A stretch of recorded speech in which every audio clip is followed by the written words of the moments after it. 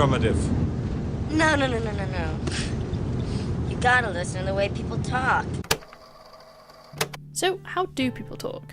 Think about when you have a conversation with someone. You might mumble, misspeak, talk over each other, and adjust what you're saying halfway through a sentence. Take a look at the scene from Stranger Things Season 2 and think about if this is accurate to how people talk in real life. If this is a virus, and Will's the host, then we need to make the host uninhabitable.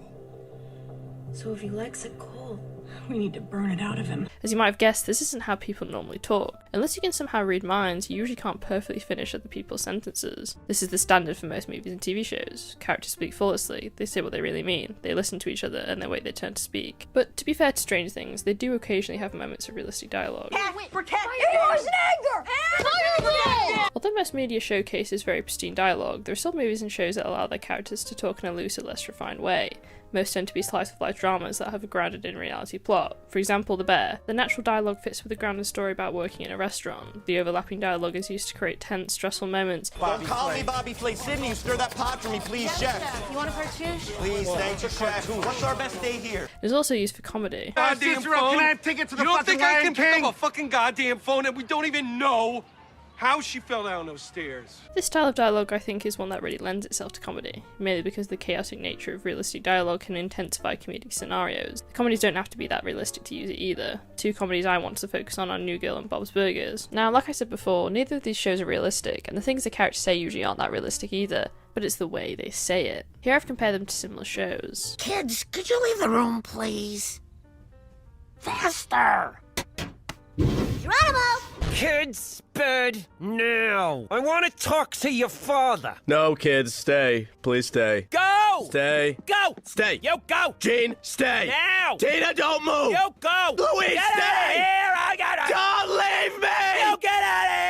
You're the one who wants to make this big change and move in with Chandler. You should be the one to go. Why do I have to leave? Because it's my apartment. Well, it's mine too. Put nickels in the tip jar. You know what a jar is in my business? Nickels are it's just worse a than little no boy money. saying, It's an insult. Even though the dialogue is pretty absurd in all of these shows, the dialogue in Bob's Burgers and New Girl still manages to feel more natural. This is mainly due to the improvisational element in both shows. Improv dialogue tends to feel more realistic because when real people speak, majority of the time they're improvising. C-H-I-R-I-S-T-M-A-S. Sometimes when characters speak on either Bob's Burgers or New Girl, it feels like the characters are speaking off the top of their heads and not like they had their lines prepared ahead of time. What was I supposed to do? Why, think you can have a bunch of wives? My troop got separated from reality. In a quote from an article about John Cassavetes' realistic dialogue, the writer, Todd Berliner, says, "The feeling of actorial improvisation when coupled with characters who seem to make up their statements as they go along serves to combine actor and role, and hence art and reality, far more thoroughly than more conventional, tightly constructed dialogue. When actors improvise, they behave like people in real life, but an improvisation itself is a fantasy, since the actors are still pretending to be people other than themselves. Improvisation combines reality and fiction in an uncontrolled mixture of the actors' own identities and the identities of the roles they perform. Improv allows the actor to inject some of their own personality into the character, thus making that character more realistic because they have input from a real person. In New Girl, about 20% of the dialogue in each episode is improvised.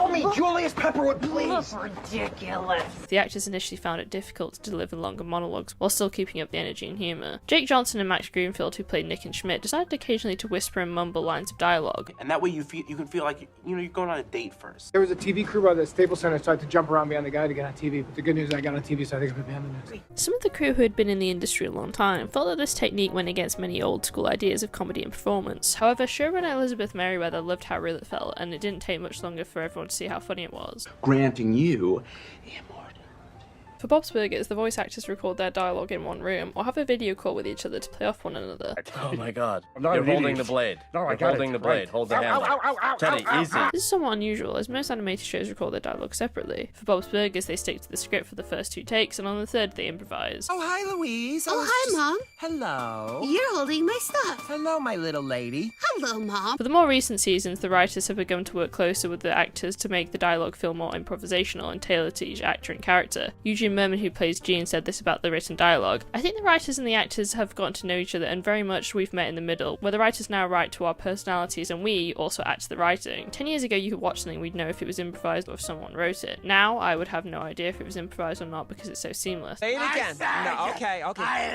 Say it, don't...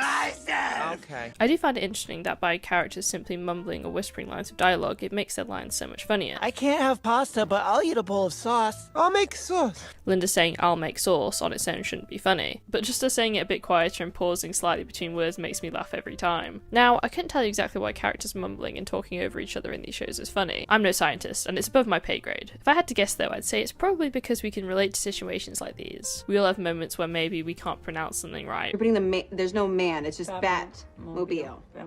Or have a stupid argument with someone. Oh, you're nothing but an angel! You tried to help us. You tried to help a situation. You're yelling nice things at me again. This is his fault. Eat the burger. I don't want to eat it, Bobby. Eat it! I don't want to eat it! Eat the burger! It makes these stories about family and friends even more universal. I think that's why I enjoy this style of dialogue so much, not just because it's funny. That was beautiful. Of course I moved. I'm not a real dead person. You cool. Because that is the main intention, but because it feels relatable. People in real life don't speak flawlessly, so it's nice to see characters occasionally messing up when talking. I can't say February.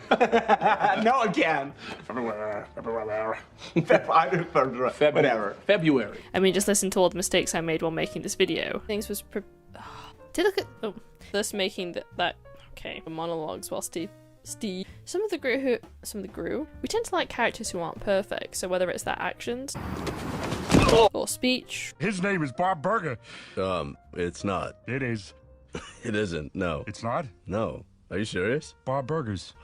Bob Burgers, then who am I thinking of? Or both, that are imperfect. The brakes, Teen, on the left, you're about to hit that car, the brakes, hit the brakes! It sort of has a similar effect. For standardised dialogue in film, it seems there is a need to cut out any imperfections, but I wonder if allowing characters to make mistakes in their dialogue, it adds just a bit more of a humanising element to them. We're gonna take whatever dog's name is. The dog's name is Claire. Claire, come in. Shh. Now, this doesn't apply to all films and TV shows. Some really benefit from having intentionally unrealistic dialogue. I'm not the first guy who fell in love with a girl he met in a restaurant who then turned out to be the daughter of a kidnapped scientist, only to lose her to a childhood lover who she'd last seen on a deserted island and who turned out 15 years later to be the leader of the French underground. It all sounds like some bad movie. But if you find yourself writing a script, could be comedy or something else, maybe, if it fits the style, don't be so quick to cut out those little imperfections. Maybe even embrace actors' improvisation. It might just make your characters a bit more human, because we as humans are really great at messing up. Oh my god, it's bad. I ruined the car. You did. You really did. Okay. Well, that's...